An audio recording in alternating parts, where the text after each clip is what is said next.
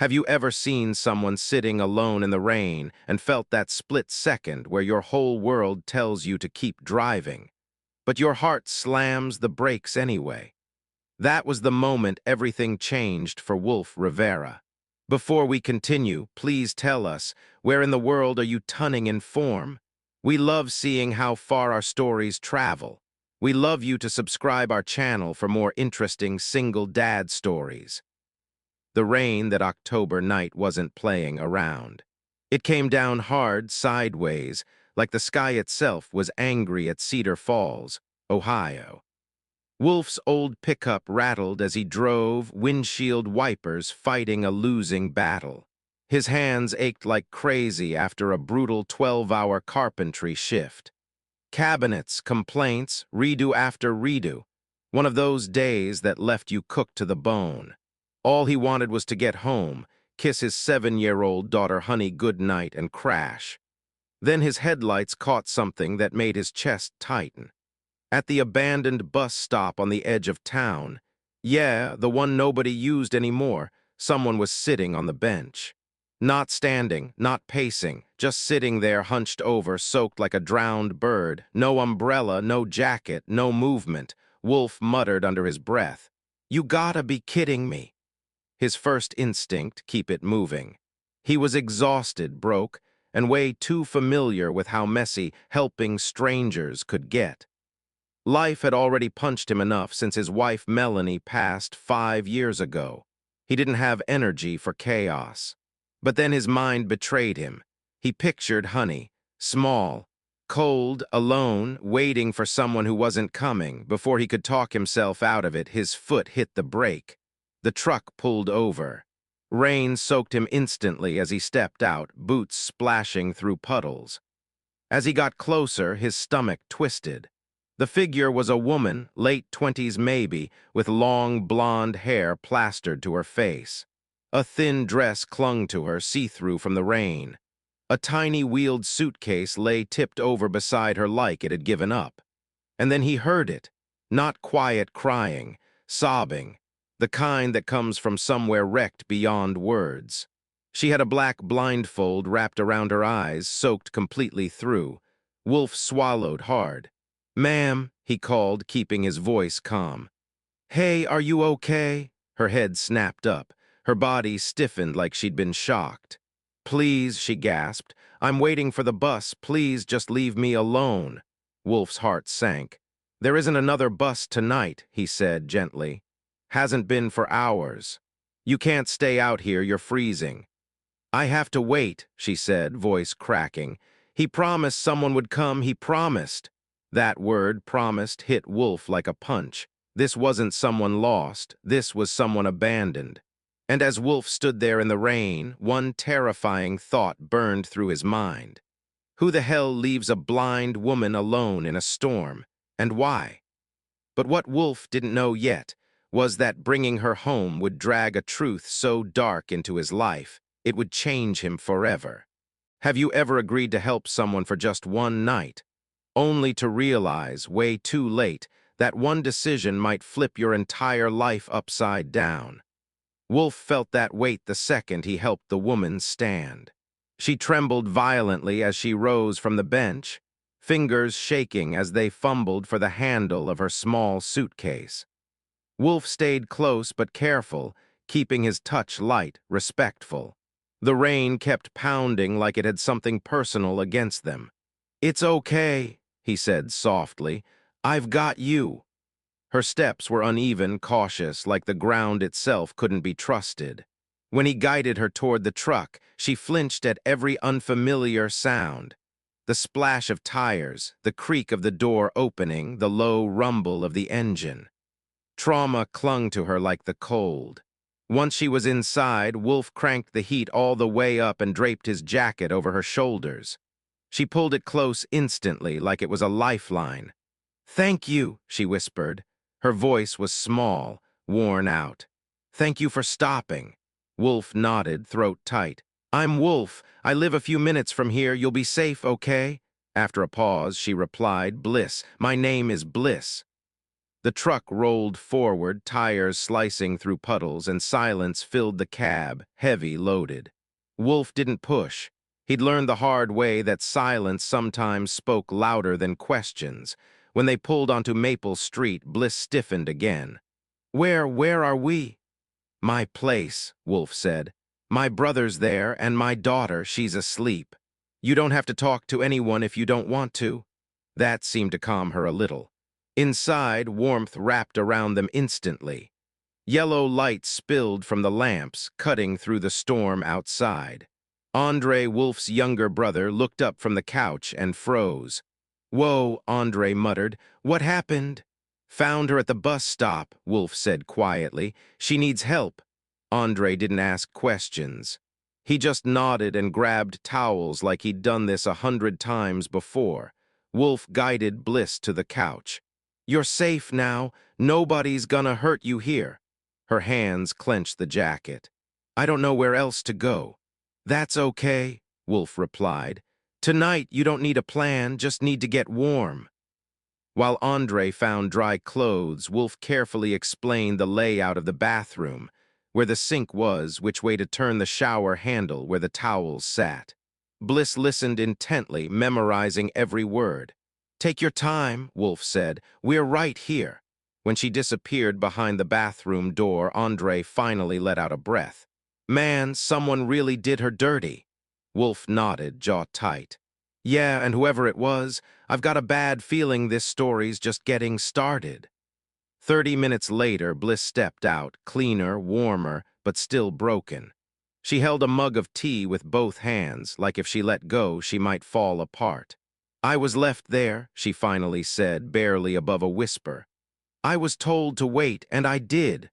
Wolf felt anger rise hot in his chest, because now he knew someone hadn't just forgotten her, someone had planned it. And when Bliss finally revealed who left her at that bus stop, Wolf would realize this wasn't just about kindness anymore. It was about justice. Have you ever heard a truth so quiet, so broken, that it scares you more than screaming ever could? The kitchen was still when Bliss spoke. Rain tapped softly against the windows now, calmer than before, like the storm itself was finally catching its breath. Bliss sat on the edge of the couch, blindfold still in place, both hands wrapped around the mug Andre had given her. Steam rose between her fingers, but she barely noticed. "I kept waiting," she said. "At first I thought maybe he was stuck, maybe his phone died." Wolf leaned against the counter, arms crossed, listening. He didn't interrupt. He knew better. "But after a while," Bliss continued, voice trembling, "you start hearing things differently when you can't see. Every car passing felt like hope, and then nothing, just rain." Her breathing hitched. "That's when I realized nobody was coming." Andre muttered under his breath, "That's cold." Wolf shot him a look, not angry, just warning. Andre shut up instantly. Bliss swallowed hard. "I didn't even have my phone or my wallet. I was told to leave everything in the car so I wouldn't lose it." Wolf's fists clenched. Gaslighting, control, every red flag in the book. "You don't have to say more tonight," Wolf said carefully. "No," Bliss replied. "If I stop now, I might never finish." She took a shaky breath. "It was my husband. His name is Slate." The words landed heavy. "We'd been married 4 years," she went on. "9 months ago, I lost my sight from an infection. He acted supportive at first, took over the money stuff, said he was protecting me." Wolf felt something dark twist in his gut. "But little things didn't add up," Bliss said. "Phone calls he'd whisper through, money that didn't feel right. When I asked questions, he told me my blindness was making me paranoid." Andre swore quietly. "He drove me out there yesterday," Bliss said. "Told me we were seeing a specialist, said there was hope." She laughed once, sharp, bitter. "I wanted to believe him so bad." Her voice cracked. "He pulled over, told me to wait while he made a call, and then—" She stopped. Wolf waited, heart pounding. "He never came back." Silence swallowed the room. Wolf finally spoke, voice low and controlled. "He didn't just leave you. He tried to erase you." Bliss nodded slowly. I think he wanted me gone, quiet, forgotten. That was it. Wolf straightened. Tomorrow we go to the police. Bliss shook her head. I don't have proof. I'm blind. Who's gonna believe me? I will, Wolf said immediately, and you won't face this alone. Before Bliss could respond, small footsteps padded down the stairs. Daddy, Honey's sleepy voice floated into the room. Wolf turned just as his daughter appeared in butterfly pajamas, hair a wild mess. She stopped when she saw Bliss. Oh, Honey said softly, are you the lady Daddy helped? Bliss smiled faintly. Yes. Honey walked closer, studying her. You sound sad. Bliss's chin trembled. Honey reached out and gently took her hand. It's okay. Daddy always helps people who are hurting, that's his thing. Wolf's chest tightened, because in that moment he realized something terrifying. Helping Bliss wasn't just changing her life. It was already changing his daughter's. And when Honey asked one innocent question next, it would crack Bliss's heart wide open. Have you ever had a child ask a question so pure, so honest, that it slices straight through every wall you've built to survive? Honey didn't mean to hurt anyone. She never did.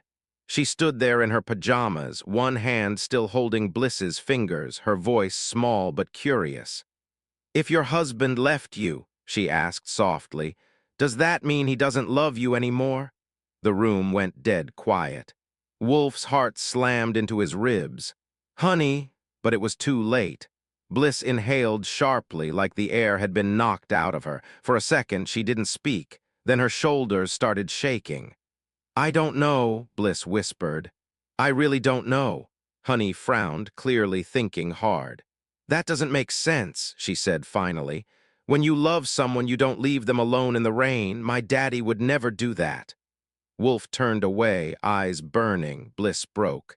Not loud, not dramatic, just quiet tears slipping out from beneath the blindfold, soaking into the sweater she'd borrowed. I thought I was loved, she said. I trusted him with everything. Andre cleared his throat, voice rough. Anyone who does that, that's not love, that's trash behavior. Honey nodded firmly. Yeah, he sounds mean. Despite herself, Bliss let out a shaky laugh through her tears. Wolf crouched in front of Honey. Sweetheart, why don't you go brush your teeth and get back to bed, okay? Honey hesitated, then leaned in and hugged Bliss around the waist. You can stay here, she whispered. You're safe. Bliss froze, then hugged her back carefully like she was afraid she might break something precious. After Honey went upstairs, the house felt heavier.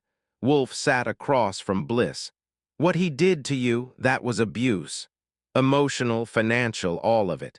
Bliss nodded slowly. I think he was moving my money. I had a jewelry business, custom work I saved for years. Her voice wavered. I don't know how much is gone. Wolf's jaw tightened. Then we find out tomorrow. Bliss shook her head. What if he already disappeared? What if I'm too late? You're not, Wolf said firmly. You're still here, and that matters. Later that night, Wolf lay awake staring at the ceiling, rain finally fading outside. His mind raced. He thought about Honey's words. He thought about Bliss sitting alone in the dark, waiting for someone who never planned to return. And he realized something uncomfortable. He wasn't just helping a stranger anymore. He was standing at the edge of a fight against someone cruel enough to abandon a blind woman in a storm. And Wolf River didn't walk away from fights that mattered. Down the hall, Bliss lay awake too, listening to the unfamiliar sounds of a safe house. For the first time in months, she wasn't cold.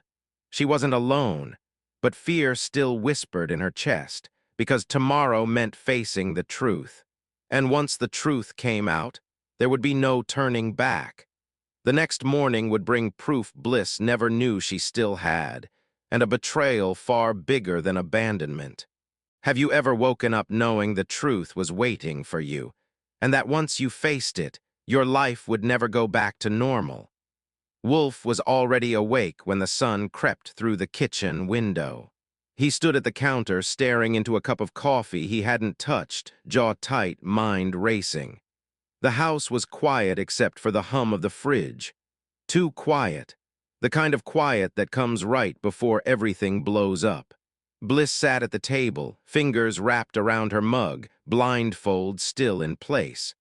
She looked calmer than the night before, but Wolf could tell it was the fragile kind of calm, the kind people wear before bad news hits. "I didn't sleep," she said quietly. "Me neither," Wolf replied. Andre slid his phone across the table. "I did a little digging last night, nothing illegal, just curiosity." Bliss's shoulders stiffened. "And," Andre exhaled, "your business accounts, they're still active, but there's weird activity, big transfers, recent ones." Bliss's breath caught. "How big?" Andre hesitated. "Six figures." The word hit like a gut punch. Wolf slammed his palm on the counter. "That's it. We're going to the police, right now." Bliss shook her head, panic rising. "What if I'm wrong? What if he convinces them I'm confused?" Wolf knelt in front of her. "Listen to me. You survived the night he tried to erase you. You're stronger than you think, and you're not doing this alone." After Honey left for school, hugging Bliss extra tight like she somehow knew it was time. The police station smelled like old coffee and disinfectant. Bliss gripped Wolf's arm as they walked inside, her steps careful but determined. Detective Rachel Moore met them in a small interview room. Her voice was calm, steady, the kind that made people feel safe without promising miracles. Bliss told her story, every detail, the drive, the bus stop, the waiting. Detective Moore didn't interrupt. When Bliss finished, Moore nodded slowly. "You did the right thing coming here." Within hours, tech specialists accessed Bliss's cloud backups, files her husband never knew existed. Transaction logs, emails, account transfers. The room went silent as the numbers appeared on the screen. $186,000, Moore said quietly, moved offshore over the last few months. Bliss pressed her hands to her mouth. "He planned this," Wolf muttered. Moore nodded grimly. "He also took out a life insurance policy." The air left Bliss's lungs. Wolf's blood went ice cold. "He didn't just leave me," Bliss whispered. "He wanted me gone." Moore closed the folder. "We're issuing a warrant." As they stepped outside, Bliss shook uncontrollably. Wolf wrapped his jacket around her without thinking. "It's over," he said. Bliss shook her head. "No, it's just starting." Because somewhere out there, her husband knew she was still alive. And when Slate realized Bliss hadn't disappeared like he planned, his next move would be dangerous. Have you ever tried to heal while constantly looking over your shoulder, wondering if the person who broke you might come back to finish the job? Bliss stayed. At first, she said it was temporary, just until things cooled down, just until the police caught Slate. But days turned into weeks, and somehow, without anyone saying it out loud, Wolf's house became her safe zone. Mornings settled into a rhythm, coffee brewing, Honey arguing with her cereal, Andre pretending he wasn't emotionally invested while quietly fixing things around the house to make Bliss's life easier. Bliss learned the layout of every room by heart. 3 steps from the couch to the coffee table. 8 from the hallway to the bathroom. She counted quietly, mapping safety into muscle memory. One afternoon, the panic hit hard. Wolf found her in the laundry room, back pressed against the wall, breathing fast, hands shaking. "He's coming back," she whispered. "I know it." Wolf crouched down, voice steady. "You're here, you're safe. Slate doesn't control this space." Slowly, her breathing eased. That night, Honey climbed onto the couch beside Bliss with a serious look. "I made a list," she announced. "A list?" Bliss asked. "Yeah, stuff that helps when you're scared." Honey held up a piece of paper. "Number 1, you're not alone. Number 2, bad people don't get to win forever. Number 3, Daddy's hugs fix almost everything." Bliss laughed, real laughter this time. "Number 4, Honey added proudly, "I can describe things for you." She spent the next hour describing the sunset in dramatic detail. "It's like the sky spilled orange juice and pink paint everywhere." Bliss listened, smiling. Meanwhile, Detective Moore called with updates. Slate had been spotted in Nevada. He was running. "He knows," Bliss whispered. Wolf's voice hardened. "Good. Let him sweat." With help from a mobility instructor named Patricia, blind herself, Bliss began learning how to move confidently again. Cane training, navigation, independence. "Different doesn't mean broken," Patricia reminded her. Slowly, Bliss felt pieces of herself returning. Late one night, Bliss admitted something she hadn't said out loud before. "I don't feel useless here." Wolf met her eyes. "You never were." But beneath the healing, tension lingered. Because every unknown car outside made Bliss freeze. And every time Wolf locked the door, he wondered if it would be enough. They were rebuilding, but the threat wasn't gone yet. And when Slate was finally caught, Bliss would be forced to face him again, in the one place she feared most. Have you ever faced the person who tried to erase you and realized they no longer had power over you? The call came on a Tuesday morning. Wolf was tightening a hinge on a kitchen cabinet when his phone buzzed. One look at the caller ID made his stomach drop. Detective Moore. "They've got him," she said. "Slate Frost was arrested outside Reno. He didn't put up much of a fight." Wolf closed his eyes and exhaled slowly. "Is Bliss safe?" "Yes, but there's more," Moore added. "The trial will move fast. She'll need to testify." When Wolf told Bliss, her face went pale.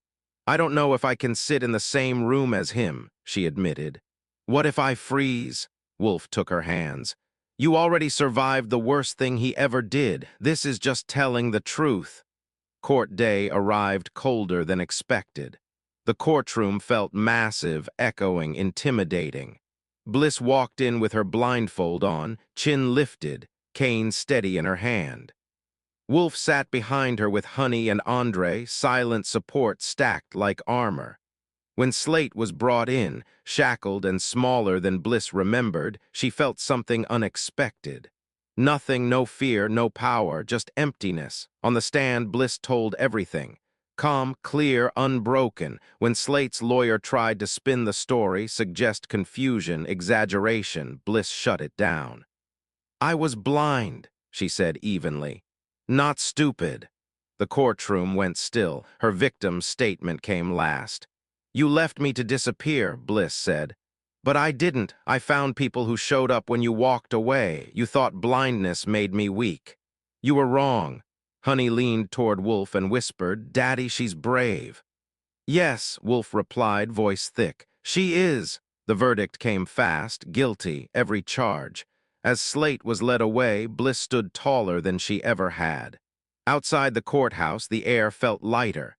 "It's over," Bliss said. Wolf smiled softly. "No, it's beginning." Because healing didn't end with justice. It started there. And once the trial was over, Bliss would finally risk rebuilding the one dream Slate tried to destroy. Have you ever realized that the life you thought was over was actually just waiting for you to start again? The house felt different after the trial. Lighter, like something heavy had finally been carried out and set down for good. Bliss stood in the garage one afternoon, running her fingers across a work table Wolf had cleared just for her. Metal tools lay neatly arranged. Silver wire, smooth stones, everything placed with intention. "I don't know if I still have it," she admitted. Wolf leaned against the doorway. "You don't lose who you are just because life blindsides you." Slowly, carefully, Bliss began to work. Her hands remembered the balance, the pressure, the quiet conversation between metal and touch. Hours passed without her noticing. When she finally stopped, she held up a small pendant, simple, strong, shaped like a tree. "It's not perfect," she said. "It's real," Wolf replied. Word spread fast. Old clients came back. New ones showed up because of the story, but stayed because of the work. Bliss rebuilt her business piece by piece, creating beauty without ever needing to see it. Honey became her official describer, narrating everything with dramatic flair. "The necklace sparkles like sunlight doing a happy dance," she'd say seriously. Bliss laughed more. Wolf noticed. Somewhere between late-night talks and shared dinners, something else grew. Quiet, careful, unspoken. Wolf never pushed. Bliss needed space, safety, time. One snowy evening, with Honey asleep upstairs, Bliss broke the silence.